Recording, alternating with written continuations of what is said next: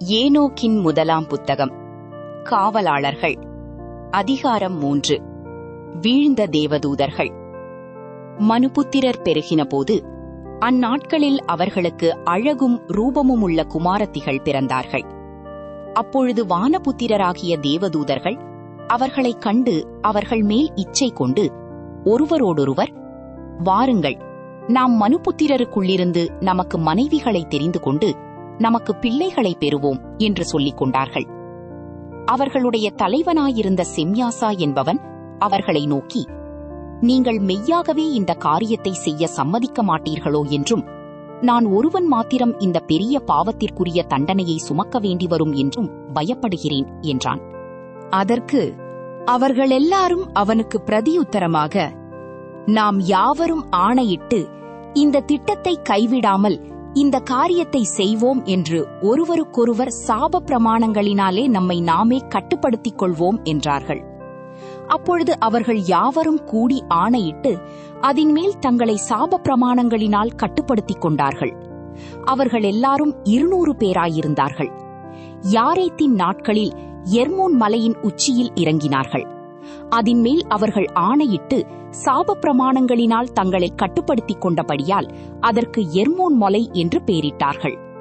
அவர்களுடைய தலைவர்களின் நாமங்களாவன: அவர்களுடைய தலைவன் சம்லாசாஸ், அரக்லபா, ராமேல், கோக்கப்லேல், தாம்லேல், ராம்லேல், தானேல், எசேக்கியல், பரக்கியால், அசாயேல், அர்மரோஸ், பதரேல், அனானேல், சக்லேல், சம்சாபீல், சதரேல், தூரேல், யோம்யாயேல், சாரியேல். இவர்களே 10 பேருக்கு தலைவர்களாயிருந்தவர்கள். மற்ற யாவரும் அவர்களோடு சேர்ந்து தங்களுக்கு மனைவிகளை கொண்டார்கள்.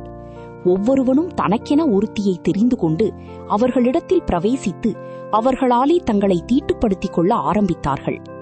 மேலும் அவர்களுக்கு மந்திரங்களையும் வசியங்களையும் வேர்களை வெட்டுதலையும் போதித்து செடிகொடிகளை பற்றி அவர்களுக்கு அறிவித்தார்கள். அவர்கள் கர்ப்பந்தரித்து பெரிய ராட்சதர்களை பெற்றார்கள். அவர்களுடைய உயரம் 3000 முழமாயிருந்தது. அவர்கள் மனிதர்களின் சம்பாத்தியங்களை எல்லாம் பட்சித்து போட்டார்கள். மனிதர்களால் அவர்களை மேற்கொண்டு தாங்க முடியாமற் போனபோது அந்த ராட்சதர்கள் அவர்களுக்கு விரோதமாக திரும்பி மனித குலத்தை பட்சித்தார்கள். அவர்கள் பறவைகளுக்கும் மிருகங்களுக்கும் ஊர்வனவற்றிற்கும் மீன்களுக்கும் விரோதமாய் பாவம் செய்யவும், ஒருவருடைய மாம்சத்தை ஒருவர் பட்சிக்கவும் இரத்தத்தை குடிக்கவும் தொடங்கினார்கள். அப்பொழுது பூமி அக்கிரமக்காரருக்கு விரோதமாய் குற்றம் சாட்டிற்று. அசாசேல் மனிதர்களுக்கு பட்டயங்களையும் கத்திகளையும் கேடகங்களையும் மார்பு கவசங்களையும் செய்ய கற்பித்து, பூமியிலுள்ள உலோகங்களையும் அவைகளை பண்படுத்தும் கலையையும் கைகாப்புகளையும் ஆபரணங்களையும் அஞ்சனக்கல்லின் பிரயோகத்தையும் கண்ணிமைகளை அழகுபடுத்துதலையும் சகலவித விலையுயர்ந்த கற்களையும் சகலவித சாய வர்ணங்களையும் அவர்களுக்கு அறிவித்தான். மிகுந்த தேவபக்தியற்ற தன்மை எழும்பிற்று. அவர்கள் வேசித்தனம் செய்தார்கள், வழிதவறி போனார்கள், தங்கள் எல்லா வழிகளிலும் கெட்டுப் போனார்கள். செம்யாசா வசியங்களையும் வேர் வெட்டுதலையும் போதித்தான். அர்மரோஸ் வசியங்களை நீக்குதலை போதித்தான். பரக்கியால் சோதிடத்தை போதித்தான். கோக்கப்லேல் நட்சத்திர கூட்டங்களை போதித்தான். எசேக்கியேல் மேகங்களின் அறிவை போதித்தான். அரக்கியேல் பூமியின் அடையாளங்களை போதித்தான். ஷம்ஷியேல் சூரியனின் அடையாளங்களை போதித்தான். சாரியேல் சந்திரனின் ஓட்டத்தை போதித்தான். மனிதர்கள் அழிந்து போகையில் அவர்கள் கூக்குரலிட்டார்கள். அவர்களுடைய கூக்குரல் வான பரியந்தம் எட்டியது.